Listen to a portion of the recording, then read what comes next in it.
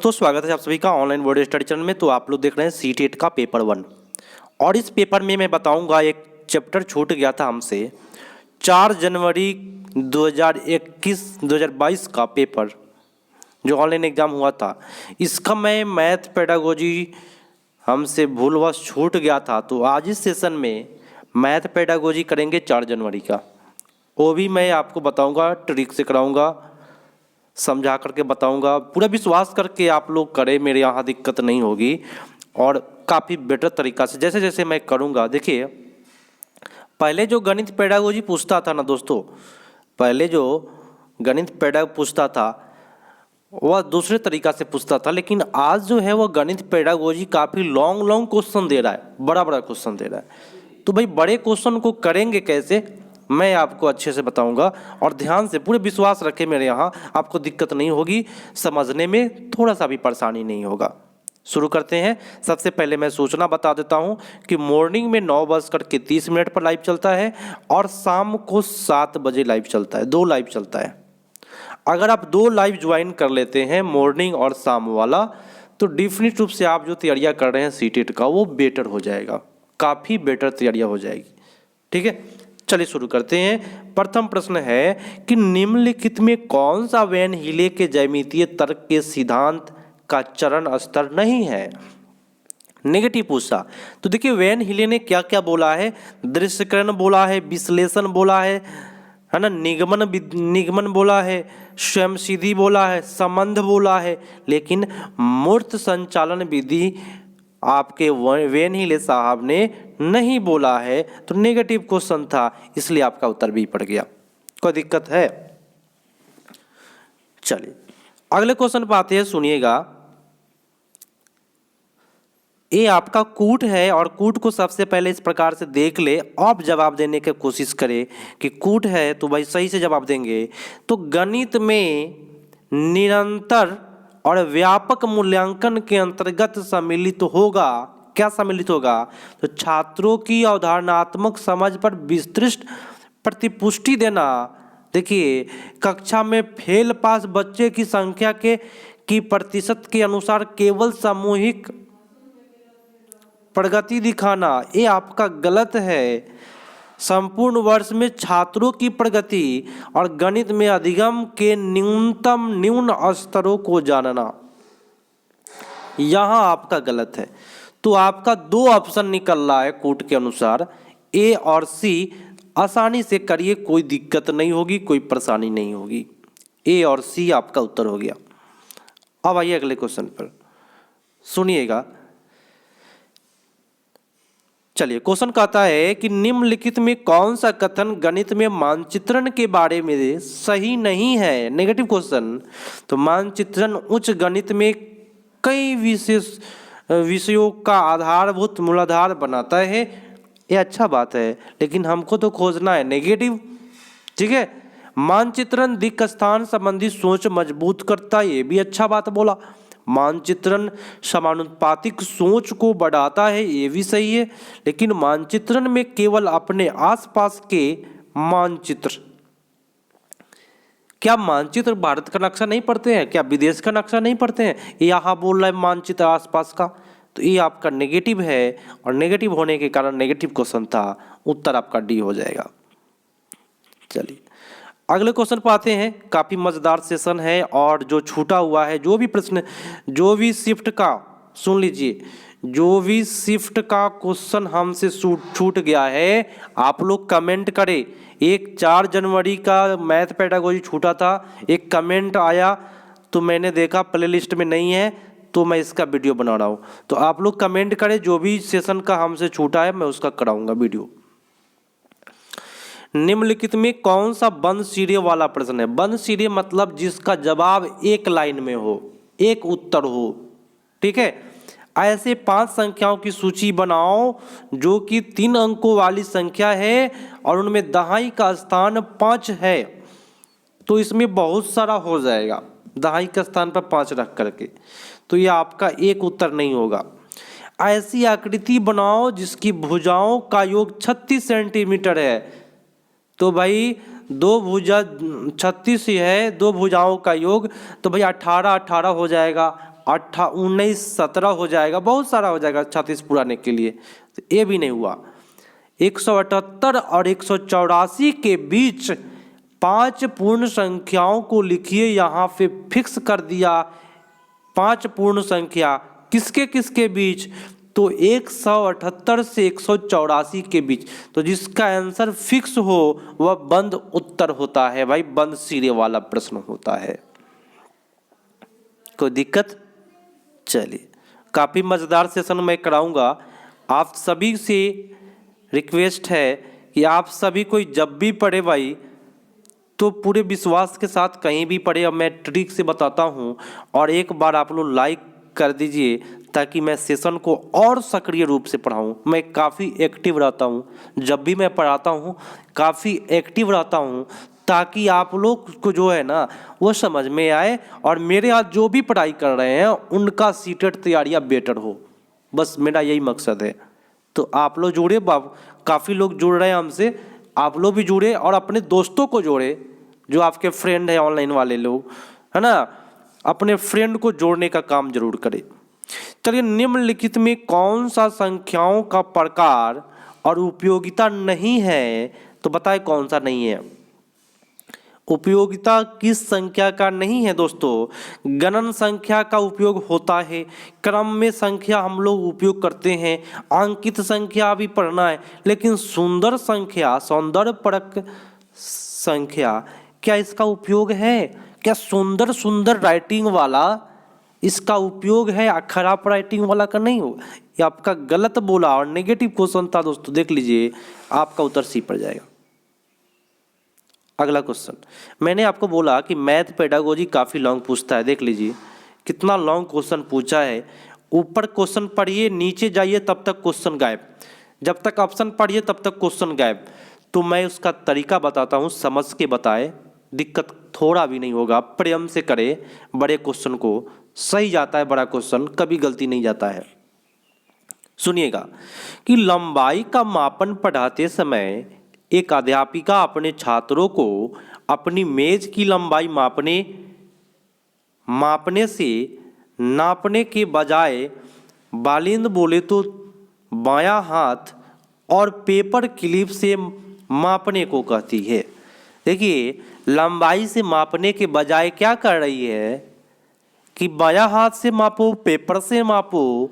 तो इस क्रियाकलाप को कराने का अतिक उपयुक्त कारण क्या है? क्या कारण है कि वो टीचर करे कि लंबाई पैमाने से मत मापो बल्कि हाथ से मापो, पेपर से मापो? इसका कारण क्या है दोस्तों? आइए ऑप्शन पाते हैं। यह विद्यार्थियों को क्रियाशील गतिविधियों में व्यस्त रखना चाहती है, विद्यार्थियों के लिए रोचक है। व्यस्त रखना ही गलत हो गया। वह अपने विद्यार्थियों को सिखाना चाहती है कि पेपर क्लिप के द्वारा लंबाई का सही माप किया जाता है। भाई दोस्तों, ये गलत बात बोला, पेपर क्लिप से सही से नहीं होगा।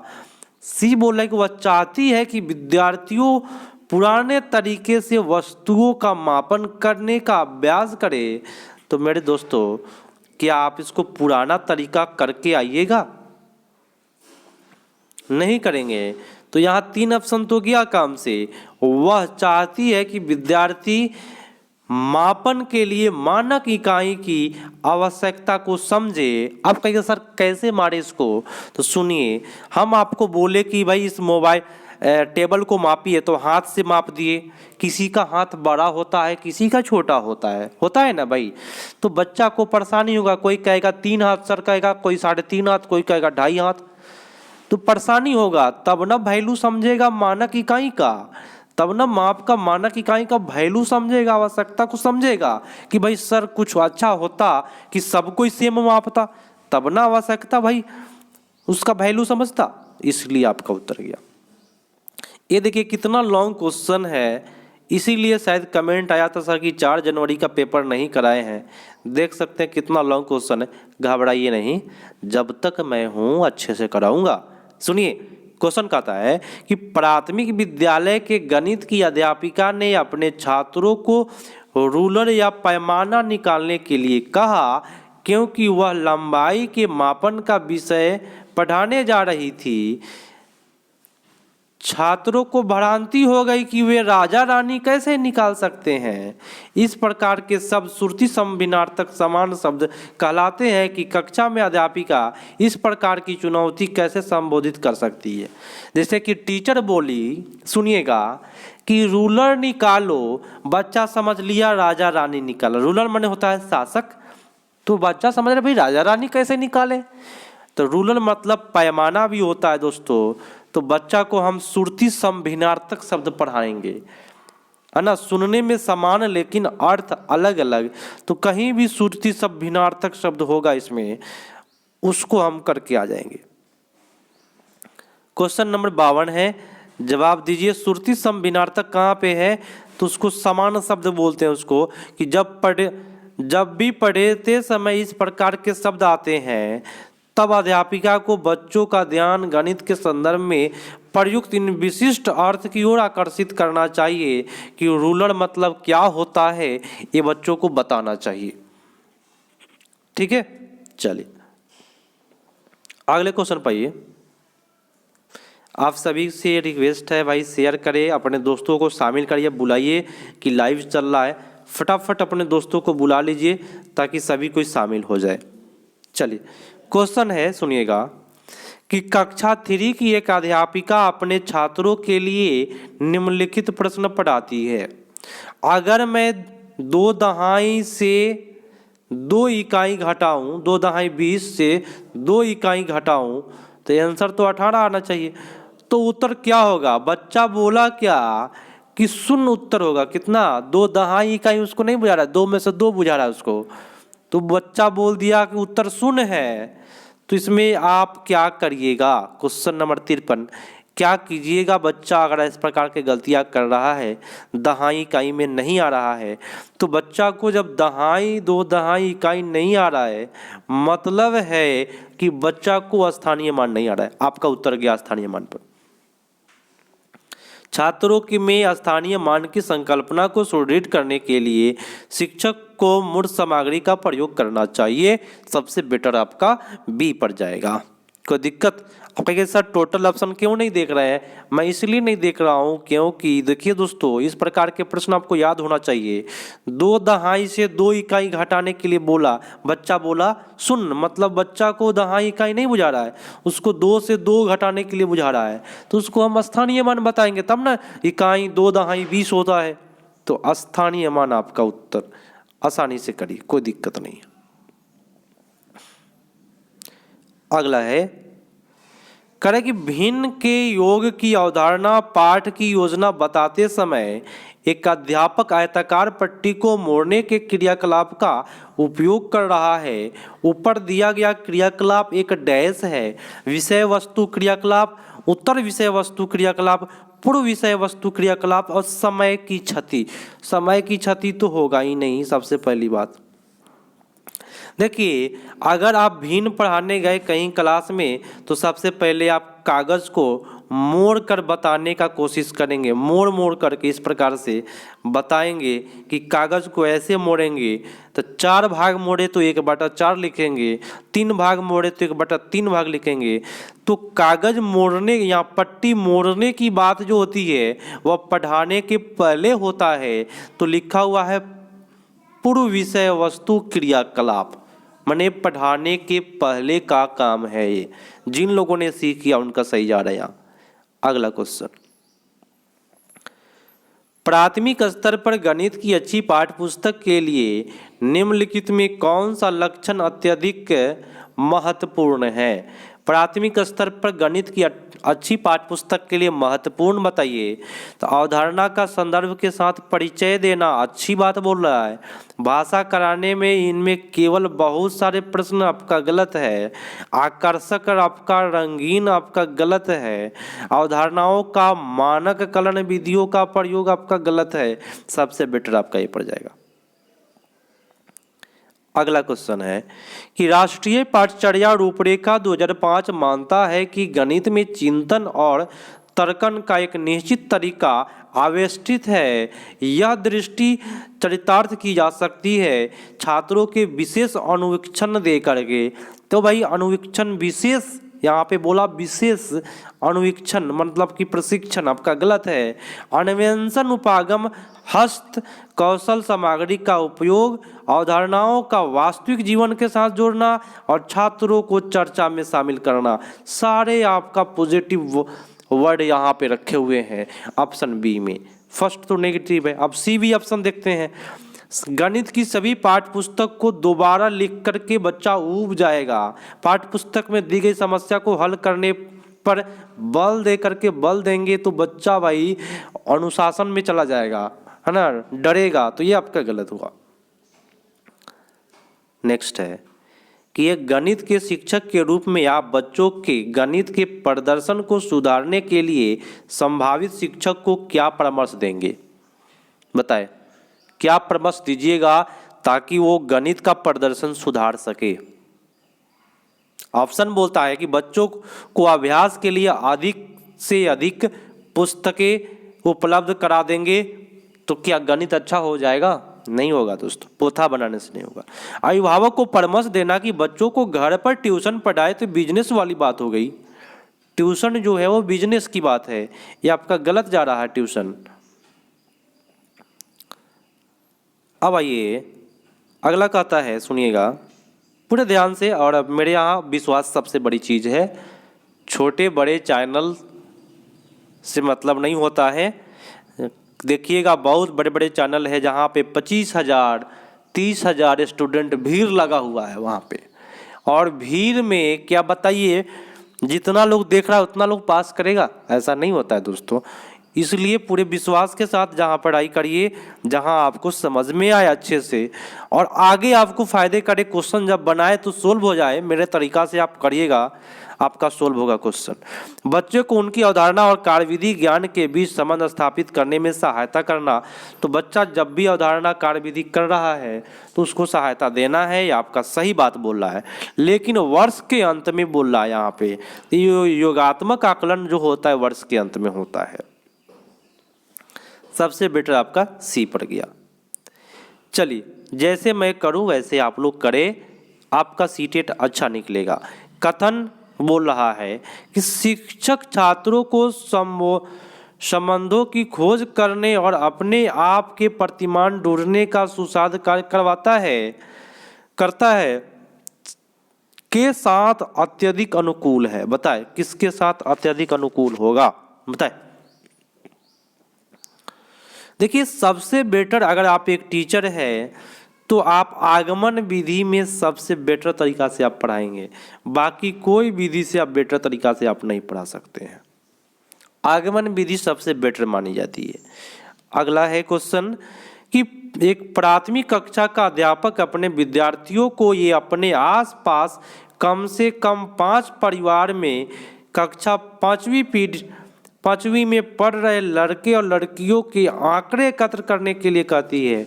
मैंने आपको ट्रिक बताया है कि कहीं भी आंकड़ा आएगा तो आंसर में जाएगा सर्वेक्षण। नोट किए, आंकड़ा आएगा तो सर्वेक्षण आएगा, आंकड़ा आएगा ठीक है तो सर्वेक्षण आएगा, ये आप नोट करें। तो भाई सर्वेक्षण कहीं मिल जाएगा तो हम उसको कर लेंगे, अगर सर्वेक्षण नहीं मिलेगा तो जो ऐसे ऑप्शन को करना है जो क्वेश्चन में कह रहा है वही ऑप्शन में मिल जाए वो भी बेटर होता है। तो लिखा है कि निम्नलिखित में कौन सा क्रियाकलाप उद्देश्य साथ ही उपयुक्त वर्णन करेगा। तो यहाँ जेंडर की बात है, आंकड़ा की बात केवल आपका ऑप्शन बी में किया है, क्वेश्चन में भी किया है, ऑप्शन में भी किया है। तो वैसे ऑप्शन अगर मिलते हैं तो 98% आपका सही मिलेगा। प्रकरण आंकड़ों का प्रबंधन, देखिए आंकड़ों का प्रबंधन होता है। अब मैंने बोला कि सर्वेक्षण मारिएगा, कहेगा सर आपका तो ट्रिक फेल हो गया, सर्वेक्षण नहीं दिया है। सर्वेक्षण बोले तो प्रबंधन करना दोस्तों, सर्वेक्षण नहीं तो प्रबंधन आपका रहेगा आपके एग्जाम में। तो लिखा है कि प्रकरण आंकड़ों का प्रबंधन का परिचय देना, सबसे बेटर आपका बी पड़ जाएगा। आज का लास्ट है प्रश्न, और मैं आपका जितना भी पेडागोजी है दोस्तों मैं आपको बता दूं, ऑल पेडागोजी मैं कराता हूं। ऑल पेडागोजी मेरे यहाँ ट्रिक से होता है और बेटर ट्रिक से कराता हूं और करा चुका हूं। रिवीजन चलेगी, हिंदी चल रहा है अभी, हिंदी का वीडियो आप हिंदी मजबूत कर लीजिए, क्योंकि हिंदी पहले जो पूछता था इजी पूछता था, आजकल हिंदी जब मारिएगा ना इतना अच्छा से फेंकाइएगा कि भाई कोई ठिकाना नहीं रहेगा। इसलिए हिंदी का लाइव चल रहा है आजकल अधिकांशतः, उस वीडियो को जरूर देखें। अगर आपका हिंदी सही नहीं है तो सीटेट आपसे नहीं निकलेगा। क्यों आपके सर क्यों नहीं निकलेगा? क्योंकि हिंदी पेडागोजी आपका सेकेंड लैंग्वेज मजबूत करेगा संस्कृत पेडागोजी का। हिंदी पेडागोजी जिसका मजबूत है उसका सेकेंड लैंग्वेज मजबूत होगा, चाहे वह सेकेंड लैंग्वेज उर्दू हो, सेकेंड लैंग्वेज संस्कृत हो, अंग्रेजी हो, जो भी है। तो आपका हिंदी पेडागोजी ठीक होने से आपका सेकेंड लैंग्वेज बेटर होगा, इसलिए आप हिंदी पेडागोजी जरूर देखिएगा। निम्नलिखित में कौन सा एक चरण पोल्या द्वारा दिए गए समस्या समाधान के चरण में नहीं है? मैंने एक पोल्या का वीडियो बनाया था, काफ़ी लोगों ने वीडियो को अच्छा लाइक किया और नोट किया भी, ठीक है। चलिए, तो पोल्या साहब बोले समस्या को समझेंगे, योजना बनाएंगे, योजना का संचालन करेंगे, ठीक है। लेकिन पुनः योजना बनाना पोल्या साहब नहीं बोले हैं कि फिर से योजना बनाओ, ये पोल्या महोदय नहीं बोले हैं, आपका उत्तर सी पड़ जाएगा। तो दोस्तों आज के लिए इतना ही, और काफ़ी बेटर तरीका से मैंने आपको बताया और समझाया। आप सभी से रिक्वेस्ट है अपने दोस्त को शेयर करें और शामिल करें, कहें कि यहाँ पढ़ाई करो भाई, यहाँ आपका कल्याण है, और रियली में कल्याण है आपका। मैं जिस प्रकार से बताता हूँ पूरे सक्रिय रूप से बताता हूँ। अगर कोई कर ले रहा है मेरा क्लास 2 टाइम 9:30 मॉर्निंग और शाम को 7 बजे, अगर 2 टाइम कर ले रहे हैं तो आप जो तैयारियां कर रहे हैं सीटेट का वो बेटर होगा, काफ़ी बेटर होगा, 100% आपकी अच्छी तैयारी चलेगी। और आप लोग सेट मारा करें, ठीक है। तो मिलते हैं दोस्तों अगले पार्ट में, तब तक के लिए धन्यवाद, जय हिंद।